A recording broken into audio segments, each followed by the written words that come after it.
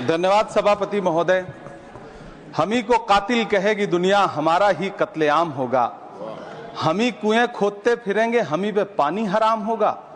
सभापति महोदय, सन 1947 में दिल्ली की जामा मस्जिद की तारीखी सीढ़ियों पर खड़े होकर के भारत रत्न मौलाना अबुल कलाम आजाद साहब ने कहा था कि मुसलमानों कहां जा रहे हो, ये है तुम्हारा मुल्क, यहां तुम्हारे आबाओ अजदाद की कब्रें हैं।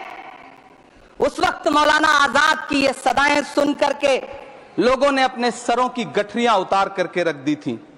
आज उसी दिल्ली में मौजूद देश की संसद में एक बिल आया है जो हमसे उसी जामा मस्जिद की सीढ़ियों के सबूत मांगेगा, जो उन्हीं सीढ़ियों के पास अपनी कब्र में सोए हुए मौलाना आजाद को फिर से कब्र से सदा देनी पड़ेगी कि ये जो कब्र है वो मेरी कब्र है, ये किसी सरकार की जागीर नहीं है। सभापति महोदय, मैं जहां खड़ा हूं इसी संसद भवन के सामने सड़क के उस पार अपनी कब्र में सोए हुए भारत के पूर्व राष्ट्रपति फखरुद्दीन अली अहमद की कब्र है। शायद अब उस कब्र से भी सदाएं आए कि ये कब्र मेरी कब्र है, ये सरकार की जागीर नहीं है। सभापति महोदय, मैं वक्फ कानूनों में किए जा रहे संविधान विरोधी बदलावों के खिलाफ बोलने के लिए खड़ा हुआ हूं। संविधान का आर्टिकल 14 हो, 29 हो, 30 हो, चीख चीख कर कहता है कि देश में सब बराबर के हकदार हैं। आर्टिकल 26 कहता है कि सबको अपने अपने मजहबी कामों के लिए मंदिर, मस्जिद, गिरजाघर, गुरुद्वारों का निर्माण करने का हक है और उसका रखरखाव का भी हक है।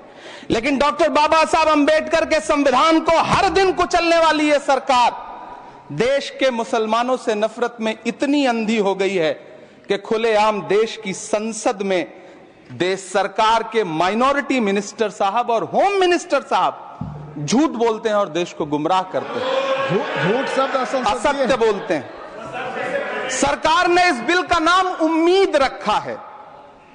मंत्री जी कल से इसे देश के मुसलमानों के लिए नई उम्मीद बता रहे हैं। नहीं मंत्री जी, न तो यह बिल मुसलमानों के लिए नई उम्मीद है और न ही उम्मीद की नई किरण। सभापति महोदय, भाजपा ने पूरे देश में वक्फ के नाम पर कई सारे झूठ फैलाए हैं। आइए आज उनकी सच्चाई पर बात करते हैं। वक्फ ट्रिब्यूनल को ऐसे बताया जाता है जैसे वक्फ ट्रिब्यूनल कोई मजहबी खाप पंचायत हो। सभापति महोदय, जबकि सच्चाई यह है कि वक्फ ट्रिब्यूनल भी तो सरकारी न्यायिक विभाग है जिसमें सरकार द्वारा नियुक्त जज होते हैं, जिसमें प्रशासनिक अधिकारी होते हैं, कहीं ऊपर से थोड़ी आ गए।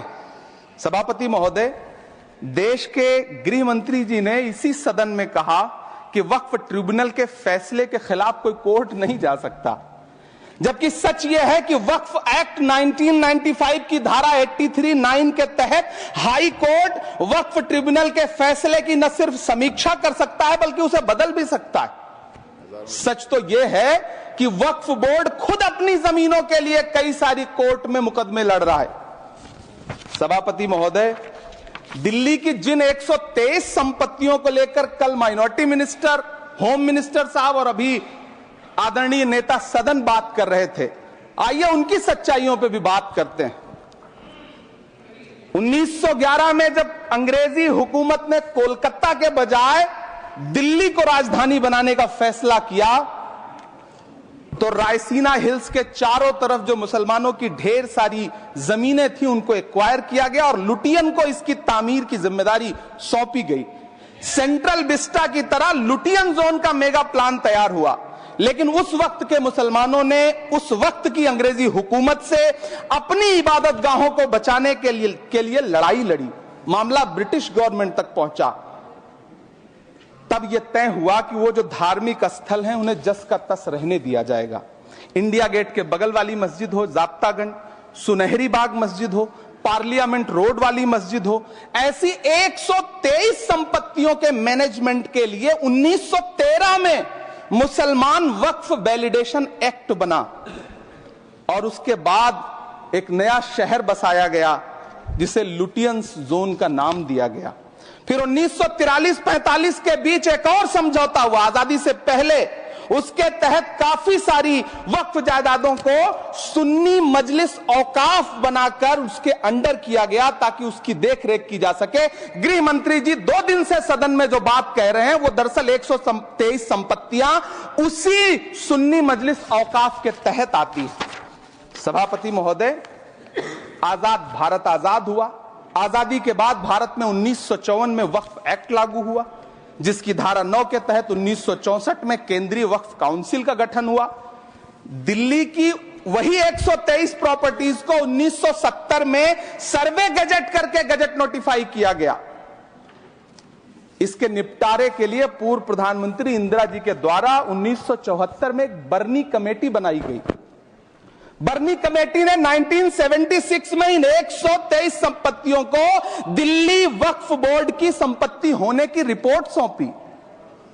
उस रिपोर्ट के आधार पर 1984 में कांग्रेस सरकार ने उन 123 प्रॉपर्टीज को दिल्ली वक्फ बोर्ड को सौंपने का फैसला किया, जिसके खिलाफ विश्व हिंदू परिषद कोर्ट गई। मामला 2011 तक पेंडिंग रहा। फिर 2011 में कोर्ट ने सरकार को आदेशित किया कि इसका निपटारा करो। तब 2013 में तत्कालीन यूपीए सरकार ने दिल्ली की उन्हीं 123 जायदादों को बर्नी कमेटी की सिफारिशों के मुताबिक वक्फ बोर्ड के हवाले किया। यही वो प्रॉपर्टीज हैं जिनके नाम से गृह मंत्री जी कल से कांग्रेस को कोस रहे हैं। फिर आई 2014 में भाजपा की सरकार, जो तब से इन जमीनों को हड़पने की साजिश कर रही है।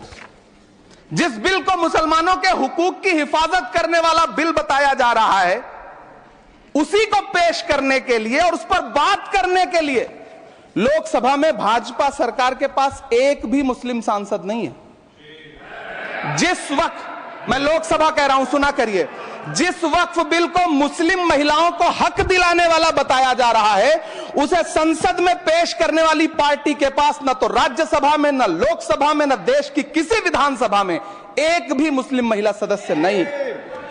कल किरण रिजिजू जी कह रहे थे कि रेलवे की जमीनें देश की जमीनें हैं, डिफेंस की जमीनें देश की जमीनें हैं। हां मंत्री जी, हैं, बिल्कुल हैं। ये जो वक्फ की जमीनें हैं, ये हमारे पुरखों ने धार्मिक कामों के लिए डोनेट किया है। तो हम भी तो इसी देश के नागरिक हैं, हम भी तो इसी देश के बेटे हैं। तो वक्फ की जमीनें भी तो इसी देश की जमीनें हैं, उनको पराया क्यों बोलते हैं आप? सभापति महोदय, अशफाकुल्लाह खान जब फैजाबाद की जेल में फांसी के फंदे पर झूल रहे थे, तो इसी देश की जमीन के लिए झूल रहे थे ना। सभापति महोदय, अंडमान की जेल में काला पानी की सजा काटकर अपनी जान देने वाले मौलाना फजले हक खैराबादी हो या शेर खान अफरीदी हो, वो भी तो इसी जमीन के लिए अपनी जान दे रहे थे ना। सभापति महोदय, पाकिस्तान के खिलाफ लड़ते हुए अपनी जान देने वाले महावीर चक्र विजेता ब्रिगेडियर उस्मान हो या पाकिस्तान के पैटर्न टैंक उड़ाने वाला परमवीर चक्र विजेता वीर अब्दुल हमीद हो, वो भी तो इसी जमीन के लिए अपनी जान दे रहा था ना। और मंत्री जी, मैं इस सदन में अलल ऐलान ये कहता हूं कि जब भी इस देश की जमीन को लहू की जरूरत होगी, आपसे 2 कदम आगे इमरान खड़ा मिलेगा। ये मैं आपसे यकीन दिलाते हुए कह रहा हूं। सभापति महोदय, मैं सरकार से कहना चाहता हूं, हमसे हमारी इबादत गाहें तो मत छीनिए ना, हमारे घरों पे बुलडोजर तो मत चलाइए ना, हमारी कब्रों में तो हमें सुकून से सोने दीजिए ना। सभापति महोदय, माइनॉरिटी मिनिस्ट्री का बजट कट करके, मुस्लिम बच्चों की स्कॉलरशिप बंद करके अब सरकार कह रही है कि हम वक्फ की आमदनी से गरीब मुसलमानों का भला करेंगे। गुजरात की बेटी बिल्किस के बलात्कारियों की रिहाई के बाद उन्हें माला पहनाने वाली लोगों के नेता ये कह रहे हैं कि यह बिल मुस्लिम महिलाओं को उनका हक दिलाएगा। धन्यवाद मोदी जी, क्या बढ़िया सौगातें मोदी दे रहे हैं आप। पहले हमें गुजराते मोदी दिया, आप सौगातें मोदी दे रहे हैं।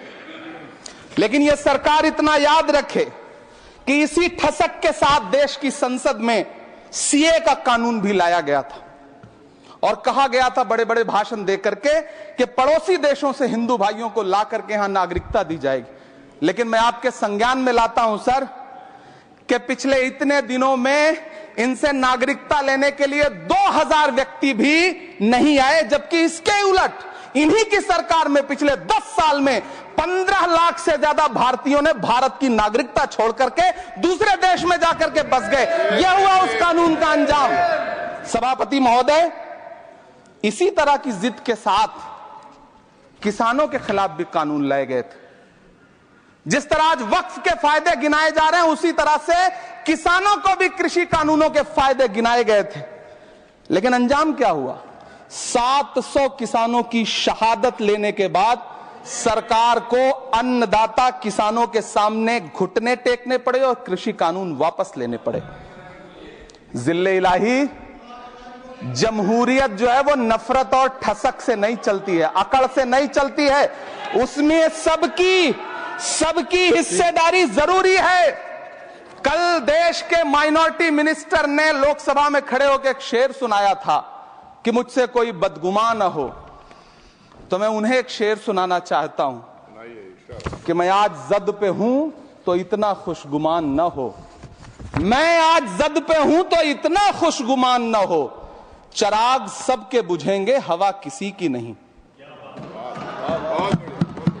नीतीश कुमार जी हो, चंद्रबाबू नायडू जी हो, चिराग पासवान जी हो, जयंत चौधरी जी हो, देवे गौड़ा जी हो, जीतन राम मांझी जी हो, सबको समझना पड़ेगा कि जब जंगल में आग लगती है तो न वो बरगद बचते हैं जो हवा को आंधी में तब्दील करते हैं, न वो बांस बचते हैं जो आपसी रगड़ से चिंगारी पैदा करते हैं। सभापति महोदय, जब देश को मनमोहन सिंह साहब जैसा काबिल प्रधानमंत्री मिलता है तो देश को आरटीआई जैसा एक्ट मिलता है, सेज जैसा एक्ट मिलता है, मनरेगा जैसा एक्ट मिलता है, लिबरलाइजेशन मिलता है, राइट टू एजुकेशन मिलता है, नेशनल फूड सिक्योरिटी एक्ट मिलता है।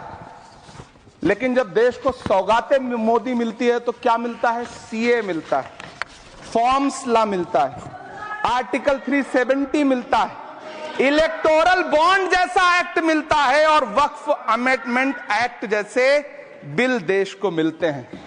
मुझे तो अपने हमवतन भाइयों से पूछना है कि आपको अपने बच्चों की तरक्की, खुशहाली और नौकरी की दरकार है या फिर मुसलमानों की दान की गई जमीनों को लूटकर धन्ना सेठों को देने की साजिश करने वाले कानून की? सभापति महोदय, यह सरकार रात के 3 बजे तक पूरे देश को जगा करके संसद में अपने ही नागरिकों को नीचा दिखाने के लिए वक्फ बिल ला रही थी, तो उधर रात के 1:30 बजे अमेरिका हम पर 26% टैरिफ लगा रहा था। सरकार की प्राथमिकताएं देश को पता। सभापति महोदय, मैं बहुत भावुक हूं आज, और मुझे अच्छा लगा कि आदरणीय नेता सदन जगत प्रकाश नड्डा जी ने बहुत अच्छी बातें भी की, मन से बातें की। क्योंकि उनके नाम में प्रकाश जुड़ा है तो मैं उनमें हमेशा एक रोशनी की किरण देखता हूं। मैं उनके सामने बहुत अदब से यह बात कहना चाहता हूं कि चरागों के सफर में दबदबा हो आंधियों का तो फिर अंजाम जुल्मत के सिवा कुछ भी नहीं होगा। यह दुनिया नफरतों के आखिरी स्टेज पर है, इलाज इसका मोहब्बत के सिवा कुछ भी नहीं होगा। मैं भावुक हूं, मेरी पलकें गीली हैं। अगर देश की एक बहुत बड़ी आबादी को लगता है कि आप उसका भला करने के लिए नहीं बल्कि उनकी इबादतगाहों, उनकी कब्रिस्तानों, उनकी खानकाहों को बर्बाद करने का बिल ला रहे हैं, तो फिर आप अगर समझाने में नाकामयाब रहे हैं तो यह आपकी नाकामयाबी है। पहले समझाइए, उसके बाद कोई बिल लेकर के आइए, तब शायद हम आपका इतनी पुरजोर तरीके से विरोध ना करें। लेकिन सभापति महोदय, मैं अंत में सिर्फ इतना कहना चाहता हूं कि इस बिल में जो भी पॉइंट्स दिए गए हैं, बॉम्सी पोर्टल देख लीजिए, सरकार का झूठ आपको पकड़ में आ जाएगा। हम डरे नहीं हैं, हम सिर्फ सरकार से अपील कर रहे हैं कि हमें अपना समझिए। हम आपके अपने हैं, इस देश के नागरिक हैं और आप ताकत में हैं। संख्या बल के आधार पर बिल हो सकता है आप पास करा ले, लेकिन आपको यह बात समझनी पड़ेगी कि हम तो वो तारीख हैं, जहनों में रहना है जिसे कागजी पुर्जे नहीं जो फाड़ डाले जाएंगे। जिस जमीन पर मैं खड़ा हूं यह मेरी पहचान है। आप आंधी हैं तो क्या मुझको उड़ा ले जाएंगे? आपको यह बात समझनी पड़ेगी। आपको अगर इतना विपक्ष की तरफ से पहले जेपीसी में इतने सारे पॉइंट्स आए और उसके बाद कल से लोकसभा में और राज्यसभा में सुझाव आप सुनने को तैयार नहीं है, लोगों की शंका को दूर करने के बारे में आप बिल्कुल सोच नहीं रहे, बस आप कह रहे हैं यह बिल उम्मीद की नई किरण है। नहीं साहब, इसे भले किरण जी लेके आए हैं, लेकिन ये उम्मीद की नहीं बल्कि नाउम्मीदी की किरण है। और इस देश की एक बहुत बड़ी आबादी इस बात से खदशे में है, शक में है कि आप सीधे उनकी जमीनों को लूट करके धन्ना सेठों को बेचना चाहते हैं। मेरी अब भी आपसे अपील है कि इस बिल को वापस लीजिए। यह बिल कहीं से आपके अपने नागरिकों के लिए अच्छा नहीं है। यह बिल सिर्फ इस देश के मुसलमानों को नीचा दिखाने का और अपने एक ऐसे मतदाता वर्ग को खुश करने का बिल है जिनको इस बिल के पास हो जाने से कुछ मिलेगा भी नहीं, लेकिन आप एक नैरेटिव देना चाहते हैं, एक मैसेज देना चाहते हैं। मेरी आपसे अपील है कि कृपया ये जो सबका